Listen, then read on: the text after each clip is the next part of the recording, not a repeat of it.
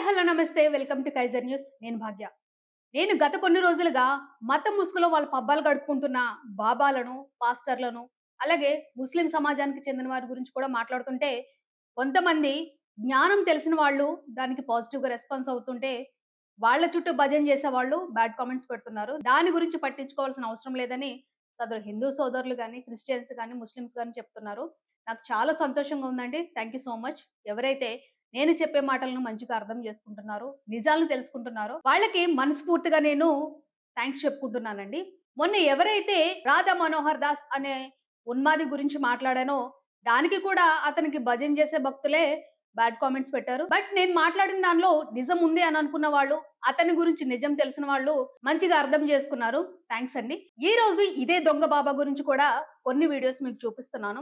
ఎవరైతే ప్రమోద్ అన్న మాట్లాడారో, ప్రమోద్ అన్న మాట్లాడిన తర్వాత నాకు నిజంగా ఏమనిపించిందంటే, ఈ రాధా మనోహర్ దాస్ అనే అతనికి ఒక్క శ్లోకం కూడా తెలియదేమో అనిపించింది. ఎందుకంటే కొన్ని వీడియోస్ చూసాను. ఆ వీడియోస్‌లో ఏంటిదంటే, అడిగిన ప్రశ్నకి ఇతను చెప్పే సమాధానానికి పొంతనే ఉండట్లేదు. ఒక వీడియో వినిపిస్తాను మీకు. ఒకసారి వినండి. ఒక మీడియాకి వెళ్లి మాట్లాడినప్పుడు ఆ యాంకర్ అడిగిన క్వెషన్ అన్నమాట. ఏంటిదంటే, ఇది వయసు మీద పడ్డప్పుడు, మిమ్మల్ని చూడ్డానికి ఒక కొడుకో, ఎప్పుడైనా వయసు అయిపోయినప్పుడు మీ పరిస్థితి ఏంటప్పుడు? అది ఇప్పటిదాకా ఎవరు ఎవరు ఈయన అడిగిన క్వెషన్ ఏంటంటే, ఎవరైతే యాంకర్ ఉన్నారో ఆయన అడిగిన క్వెషన్ ఏంటంటే, ఇప్పుడు మీకు వయసుంది కాబట్టి మీ పని మీరు చేసుకోగలుగుతున్నారు. వయసు మీద పడినప్పుడు మీ పరిస్థితి ఏంటి అని అడిగిన క్వెషన్‌కి ఈ రాధా మనోహర్ దాస్ చెప్తున్న సమాధానం ఒకసారి వినండి. చూశారు? మీకు వయసు ఉంది కాబట్టి మిమ్మల్ని మీరు చూసుకుంటున్నారు. పిచ్చి మాట. పిచ్చి మాట. భగవద్గీతలో 12 అధ్యాయంలో 19 శ్లోకం. భగవద్గీతలో 4 అధ్యాయంలో 22 శ్లోకం. ఇవి నేను ఫాలో అయ్యాను. విన్నారు కదండీ! కొన్ని శ్లోకాల నంబర్స్ చెప్పి వాటి ప్రకారము నేను బ్రతుకుతున్నాను అని చెప్పేసి అన్నాడు ఇతను. యాంకర్ అడిగిన క్వెషన్ ఏంటి? వయసు మీద పడిన తర్వాత మీ పరిస్థితి ఏంటి అని అడిగిన క్వెషన్‌కు ఈ రాధా మనోహర్ దాస్ చెప్పిన శ్లోకాలకు ఏమైనా సంబంధం ఉందా? ఏదైతే మొదటి శ్లోకం చెప్పాడు కదండీ! భగవద్గీత 12వ అధ్యాయం 19వ శ్లోకం. దానిలో ఏముందంటే, ఎవరైతే తనను నిందించినా, స్తుతించినా రెండిటిని సమానంగా భావిస్తాడో, అనవసరమైన మాటలు మాట్లాడకుండా మౌనంగా ఉంటాడో, ఏది లభిస్తే దానితోనే సంపూర్ణంగా సంతృప్తి చెందుతాడో, స్థిరమైన బుద్ధితో నన్ను అమరుస్తాడో, అటువంటి వాడు నాకు అత్యంత ఇష్టుడు అని శ్రీకృష్ణ పరమాత్ముడు అర్జునుడికి వివరించాడు. ఏదైతే ఇతగాడు చెప్పిన 12వ అధ్యాయం 19 శ్లోకం అని చెప్పాడు గదండీ! భగవద్గీతలోని. ఆ శ్లోకంలో రాసున్నది. ఇక్కడ వయస్సు మీద పడిన తర్వాత బ్రతకడానికి శ్రీకృష్ణ పరమాత్ముడు అర్జునుడికి చెప్పిన దానికి ఏమైనా సంబంధం ఉందా? పోనీ శ్రీకృష్ణ పరమాత్ముడు అర్జునుడికి బోధించిన కొన్ని క్వాలిఫికేషన్స్ ఉన్నాయి కదండీ! ఆ క్వాలిఫికేషన్‌లో ఒక్క క్వాలిఫికేషన్ అన్నా ఈ రాధా మనోహర్ దాస్‌కి ఉందా? ఫస్ట్‌ది ఏముందండి? ఎవరైనా తనను నిందించినా, స్తుతించినా రెండిటిని సమానంగా భావించాలి. ఒక్కనాడైనా నువ్వు పరమతాన్ని సహనంగా చూసావా? నోటికి ఏ శ్లోకమొస్తే అది చెప్పేయాలి. ఎందుకంటే భక్తులెవరు ఆ శ్లోకాన్ని తీసి చూడరు. సో, నువ్వు చెప్పిందే నిజమనుకుని భజన కొట్టే బ్యాచ్ కొంతమందుంటారు. అందరూ కాదండి. నాకు ఏది చెప్పేసినా సరే వీళ్ళు నమ్మేస్తారు. సో, నేను ఆ విధంగా బతికేయొచ్చని చెప్పేసి డిసైడ్ అయిపోయావు. ఇంకొక క్వాలిఫికేషన్ శ్రీకృష్ణ పరమాత్ముడు అర్జునుడికి వివరించిందేంటిదంటే, అనవసరమైన మాట్లాడకుండా మౌనంగా ఉంటాడు. ఏనాడైనా నువ్వు నోరు మూసుకొని కూర్చున్నావా బయటికెళ్ళిన తర్వాత? ఎదుటి మతాలను, పరమతాలను దూషించకుండా ఓకే. గౌరవించడం పక్కన పెడితే, ఎదుటి మతాలను దూషించకుండా ఏనాడైనా నోరు మూసుకొని కూర్చున్నావా నువ్వు? ఈ క్వాలిఫికేషన్ ఉందా? నువ్వు చెప్పిన శ్లోకంలోదే ఇది. స్థిరమైన బుద్ధితో నన్ను అమరుస్తాడో అటువంటి భక్తి కలిగిన మానవుడు. అసలు నువ్వెప్పుడైనా హిందూ దేవీ దేవతలకి గాని భక్తిగా మాట్లాడావా? నువ్వు భక్తిగా మాట్లాడింది 1% ఉంటే, వేరే మతాల మీద పడి ఏడ్చింది 99% ఉంది కదా! నువ్వు చెప్పిన శ్లోకానికి, ఇక్కడ శ్రీకృష్ణ పరమాత్ముడు బోధించిన దానికి, అక్కడ యాంకర్ అడిగిన ప్రశ్నకు ఏమైనా తలాతోక ఉందా? ఉండదు. నేను ఆల్రెడీ స్టార్టింగ్‌లో చెప్పాను కదా! ముక్కేది అనంటే ఇలా తిప్పి చూపిస్తావన్నమాట.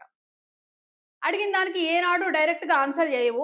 దానికి ఏయో పిచ్చి పిచ్చి ఉదాహరణలిస్తావు. ఇంకొక శ్లోకం కూడా ఉందండి. ఆ శ్లోకం కూడా చూద్దాం ఒకసారి. భగవద్గీతలోని 4వ అధ్యాయము 22 శ్లోకం. 22 శ్లోకంలో ఏముందంటే, తమంతట తాముగా లభించిన వస్తువులతోనే సంతృప్తి చెందుతూ, సుఖదుఖాలు లేదా జయాపజయాలు వంటి ద్వంద్వాలకు లోనుకాక, వాటికు అతీతంగా జీవిస్తూ, ఎవరిపైనా ఈర్ష్య, ద్వేషాలు లేకుండా, కార్యం విజయవంతమైన లేదా విఫలమైన ఒకేలా ఉండగలిగేవాడు. లోకంలో కర్మలు చేస్తున్నప్పటికీ ఆ కర్మల యొక్క పాప పుణ్యాల చేత ఎన్నటికీ బంధింపబడుడని శ్రీకృష్ణ పరమాత్ముడు బోధించాడు. ఇక్కడ యాంకర్ అడిగిన క్వశ్చన్, నీకు వయసు అయిపోయిన తర్వాత నిన్ను చూసుకునేటోడు ఎవడుంటాడు? దానికి ఇక్కడ శ్రీకృష్ణ పరమాత్ముడు చెప్పిన శ్లోకానికి లింక్ పెట్టావు కదా.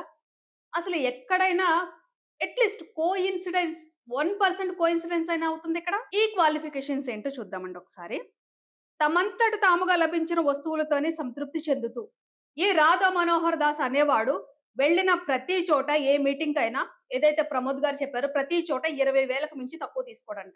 ఈ హిందుత్వాన్ని సరైన దారులు నడిపించాలని అనుకుని పరమతాల మీద సహనంతో ఉండి కొంతమంది ఎవరైతే హిందుత్వ ధర్మం, సనాతన ధర్మం అని పోరాడుతున్నారో వాళ్ళు చెప్పిన మాటలే. ఈ రాధా మనోహర్ దాస్ అనేవాడు ఎక్కడికి వెళ్ళినా 20,000కు తక్కువ తీసుకోడు. అంటే అక్కడ ఎవరైతే సభని ఏర్పాటు చేశారో బేస్డ్ ఆన్ వాళ్ళ ఆస్తులను బట్టి, అంతస్తులను బట్టి వీడు చార్జ్ చేస్తాడనమాట. మరి తమంతటకు తాము లభించిన వస్తువులతో అంటే నువ్వు చెప్పిన శ్లోకంలో ఫస్ట్ లైన్‌కి నీ జీవితానికి సెట్ అవ్వట్లేదే. ఇంకొకటి, సుఖదుఖాలు లేదా జయాపజయాలు వంటి ద్వంద్వాలకు లోను కాక ఎవరైనా ఎందుకు నిన్న నేను ఒక వీడియో చేస్తేనే దాని కిందనే నువ్వు అడ్డమైన బూతులతో కామెంట్ పెట్టావు.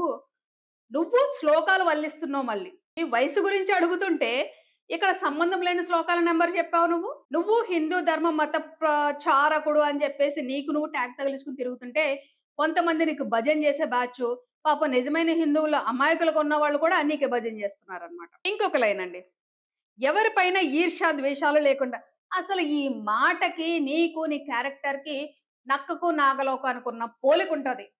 ఎప్పుడైనా వేరే వాళ్ళ మీద ఈ ఈర్ష్య ద్వేషాలు లేకుండా ఒక్క రోజైనా బతికావా నువ్వు? నిన్న ప్రమోద్ గారు అన్నారండి, ఆయన ఏమన్నారంటే నాతోను, ఈ రాధా మనోహర్ దాస్ అనేవాడికి అన్నం ఎవరు పెడుతున్నారు అని అడిగారు. నేనన్నా సనాతన ధర్మం లేదండి బైబిల్ పెడుతుంది అని అన్నారు ప్రమోద్ గారు.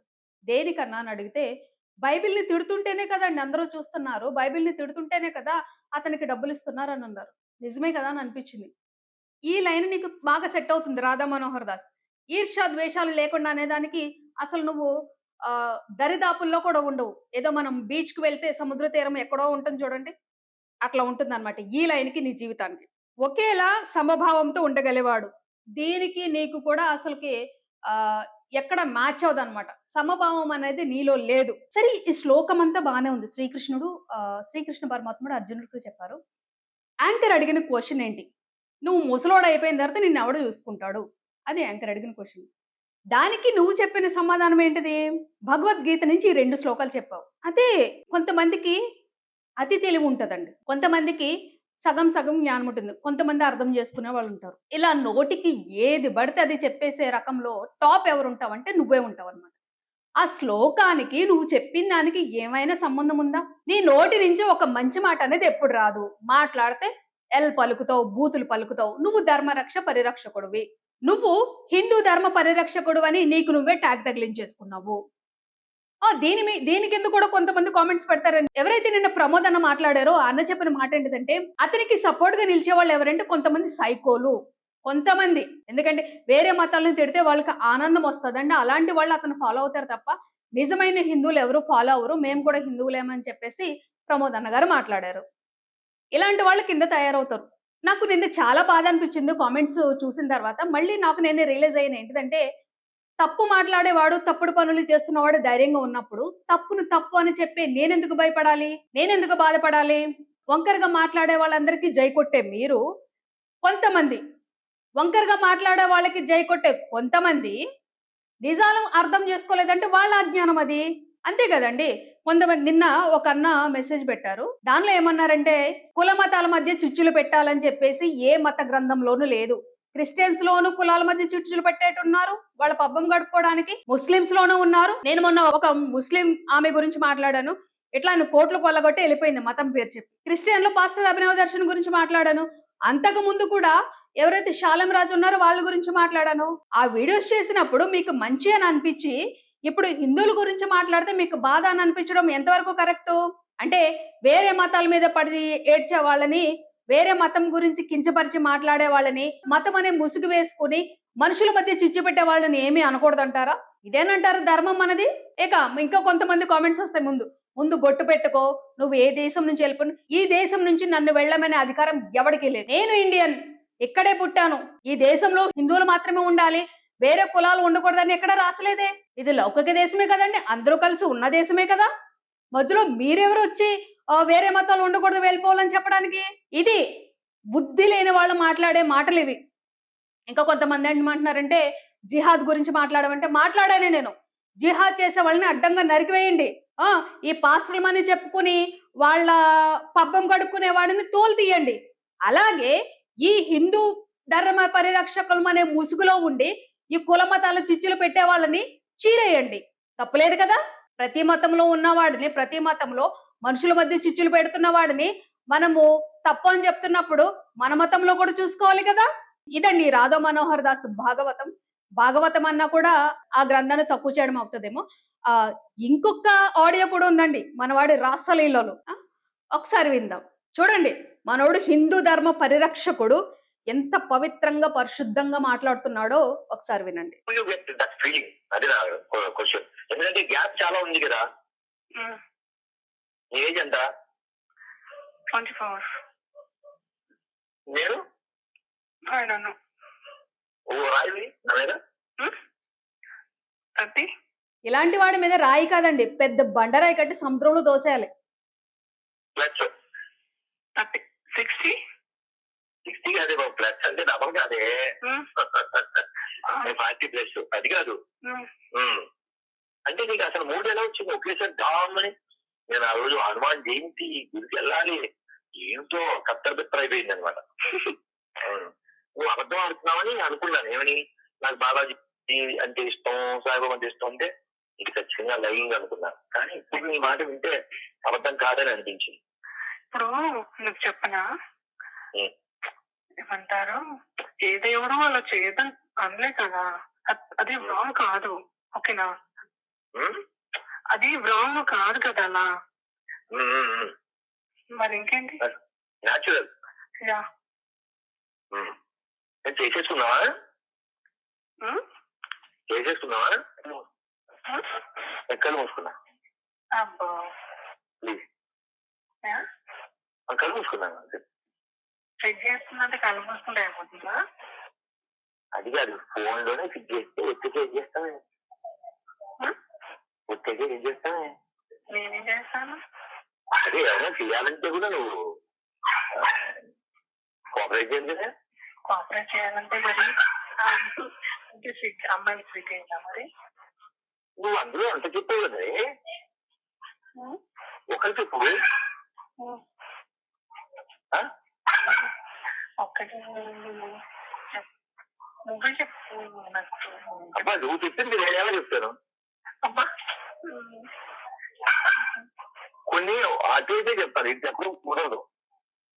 అదేంటి? అందులో ఒకటనే చెప్పు. ఏం చెప్పాలి? అందులో బోర్డు చెప్పాను కదా నువ్వు. అది ఇదికే ఏం చెప్పవా? ఏం చేయాలో చెప్పు. ఏంటి అందులో ఏం చెప్పాలి? ఏం చెప్పరా? I love you. ఏం చెప్పాలి? ఏం చెప్పరా? I love you.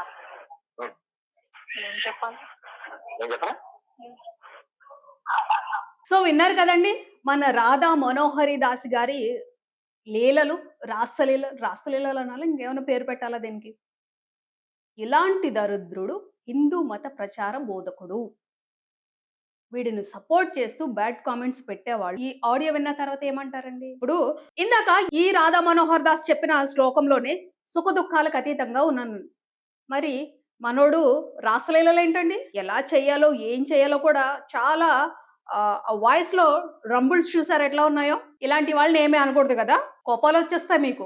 స్టార్టింగ్ నుంచి చెప్తున్నా, అన్ని రిలీజియస్ లోను ఇలా మతం ముసుగు వేసుకున్న దుర్మార్గులు ఉన్నారు, వాళ్ళ గురించే నేను మాట్లాడుతున్నాను అని అన్నప్పుడు ఈ దుర్మార్గుడి గురించి మాట్లాడుతుంటే మీకెందుకండి అంత కోపం వస్తుంది? ఈ దుర్మార్గుడిని వెనకేసుకొచ్చిన వాళ్ళని ఏమనాలండి?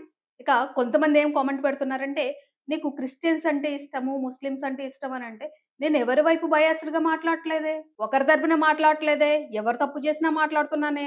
ఇక్కడ ఒక విషయం చెప్పాలనిపిస్తుంది నాకు. ఇంతకు ముందు బట్టలు సరిగ్గా లేకపోతే బట్టలు సరిగ్గా వేసుకోలేదేంటి అని అనేటోళ్ళు. గుడ్, నా డ్రెస్సింగ్ సెన్స్ బాగానే ఉంది. ఇప్పుడు నాలో లోపం ఏమి కనిపించట్లేదు కాబట్టి ఒకటే ఒక లోపం, బొట్టు పెట్టుకో. నేను బొట్టు పెట్టుకోకపోతే హిందువుని కాదు, హిందువుని గురించి మాట్లాడకూడదు. సరేనండి.